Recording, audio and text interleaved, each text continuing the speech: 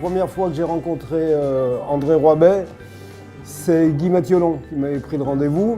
Guy Mathiolon, donc actionnaire du Loup, président de Pyramide 15, avait dit il faut que tu ailles signer un de nos partenaires. Donc je suis parti de Lyon tranquillement pour arriver avec un contrat, rencontrer André Roibet qui a commencé par m'engueuler en disant pas besoin de signer un contrat, moi j'ai donné ma parole, si j'ai dit que j'étais partenaire du Loup, tu m'emmerdes avec ton contrat. Donc voilà, notre première rencontre, ça s'est passé comme ça, je suis resté 1 minute et demie. Finalement il a signé quand même le contrat parce que je lui ai dit il faut quand même signer le partenariat, il faut que je rentre avec.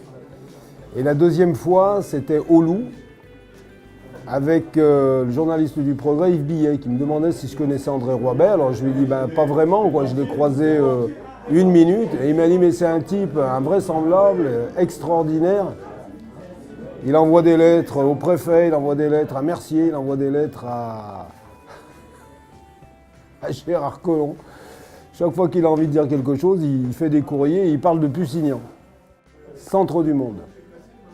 Et il écrit des poèmes. Et là, je suis toujours intéressé par les gens moi, qui passent le Cap Horn ou qui écrivent des poèmes. Donc je suis allé le voir, je lui ai dit, Monsieur Roibet, c'est vrai que vous écrivez des poèmes. Et il m'a dit, tu ne m'appelles pas Monsieur Roibet, tu m'appelles André. Et donc on a fait le match ensemble, on a bu des canons, c'était sympa.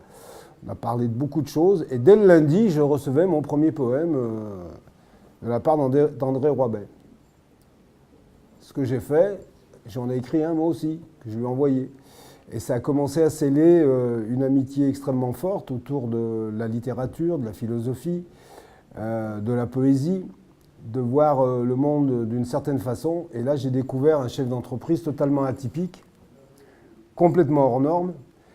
Et c'est un personnage qui m'a intéressé parce que visionnaire, parce que parlant de sa région, parlant de milliers de choses, notamment des êtres humains, de ses employés, des entreprises, de la façon dont il voyait le monde autour d'un rassemblement, de gens qui se rencontrent et qui échangent et qui essayent de travailler pour le bien commun. Une dizaine d'années, voilà, ça fait 10 ans qu'on se connaît avec André maintenant. Il nous a bien évidemment suivis aussi dans notre entreprise Mediasport Promotion, il est très présent, il nous aide, il nous conseille. C'est pas toujours facile de le suivre, mais ça c'est les choses les plus intéressantes. Plus les gens sont difficiles, et plus je trouve que c'est enrichissant et on s'apporte les uns les autres. En ce qui concerne tous les projets qui sont en cours, qui passionnent André, bien évidemment on est derrière, parce que sur le projet de développement de l'Est lyonnais, il n'a pas 10 ans d'avance, il en a peut-être 50. Donc j'espère qu'il y a un maximum de gens qui prendront le temps de le rencontrer, de l'écouter, de comprendre les buts qui sont poursuivis par André. En tout cas, moi je serai toujours derrière lui.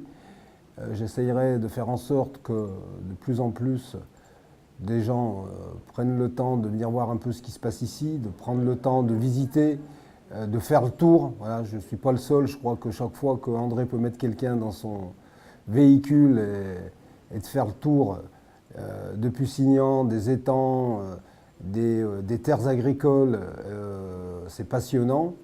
Et puis je trouve qu'on a tous à apprendre beaucoup de André. Voilà, c'était un petit peu un témoignage fraternel que je voulais faire aujourd'hui. André, je t'embrasse, on te suit et nous sommes tous avec toi jusqu'à Jérusalem.